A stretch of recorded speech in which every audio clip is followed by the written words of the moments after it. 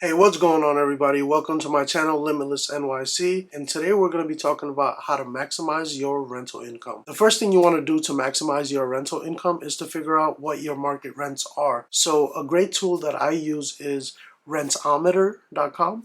So rentometer, you can just enter in your address and then how many bedrooms, how many bathrooms, and then it'll give you a quick scope of the range of rents for your area. You can also use Zillow or Realtor.com or Redfin or tools like that in order to see the apartments that you are competing against to find tenants, and also the apartments that have already rented. Try to get your apartment to the top level ones that have rented for the highest, because you also want to rent your apartment for the highest. So you want to make sure that you are conforming to those apartments and you're living up to those standards. The next thing you can do to maximize your rental income is to do a thorough job of screening your tenants. Having bad tenants can really mess up your rental income.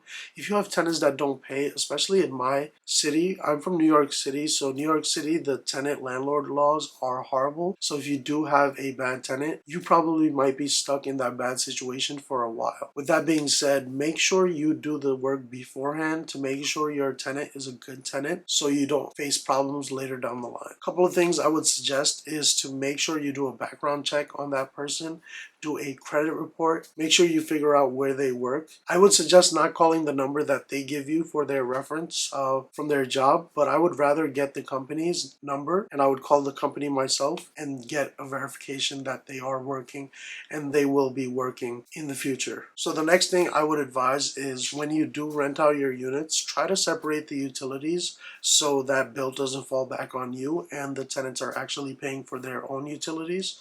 Some situations it may not be possible where, let's say, an electric meter is combined between two units, so you may have to end up paying it out of your pocket. But with that being said, make sure you price that into the rent so it's not coming out of your pocket and you're maximizing your rental income. So I hope you guys are enjoying this video so far, and if it's bringing you some value, make sure you subscribe to my channel and hit that like button so it triggers the YouTube algorithm to show this video to more people like you and myself that are looking to maximize their rental income. Also, do hit that notification bell so you're notified every time I post a video. So a lot of times people will see that their apartment won't rent for that much and they will completely give up on getting that deal. They'll assume that that deal won't work for them. Let's say, for example, you have a 3-bedroom and the average rent for a 3-bedroom is $1,800. So maybe $1,800 won't cover their bills and it won't work for them. So they give up on that deal completely. But not factoring in, what if you rented that 3-bedroom room by room? Now, let's say you can get $800 for each room. So now that's 800 times 3, and you're actually getting $2,400 out of that unit instead of $1,800. So make sure you consider all the possibilities to maximize your rental income. So make sure you're looking around in your market to see if room by room may be a possibility for you, and it may make your rental income higher than what it would be if you rented out the whole unit. Another possibility for you to maximize your rental income is to find out if Airbnb is a possible thing for you. My market, I would love to do Airbnb, but the laws here in New York City are so complicated that I'd rather avoid the hassle until I figure out the laws and get a better understanding of them. But your market may be different, and Airbnb might be something that's a great option for you. You might be able to rent that same unit out for $1,200 a month, but through Airbnb, you can make $3,000 a month. So make sure you do check out your market and make sure you see which option works out the best for you. Is it a long-term rental? Is it room by room?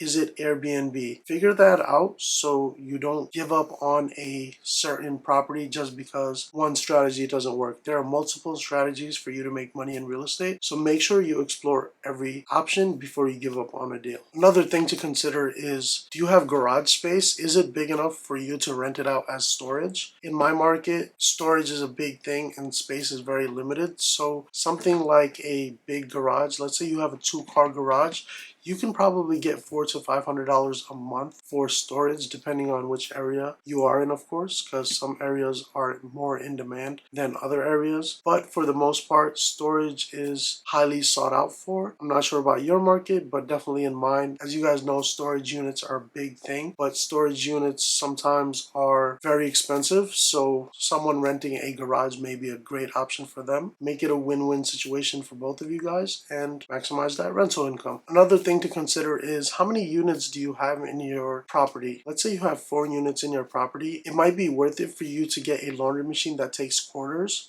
Now you have 4 people in your property that are doing laundry. Let's say they're spending $40 a month each. That's $160. Let's say you account for water is $60 and you have $100 in profit. You're making back the actual money. So if you're making $100 a month, within that first year, you're making all your money back for the washing and drying units. The next couple of years after that, as long as you have no problems, you're profiting 100% on those laundry machines. So last but not least, another way for you to maximize your rental income is to figure out, do you have a driveway? And if you have a driveway, is it possible for you to rent it out as a parking space?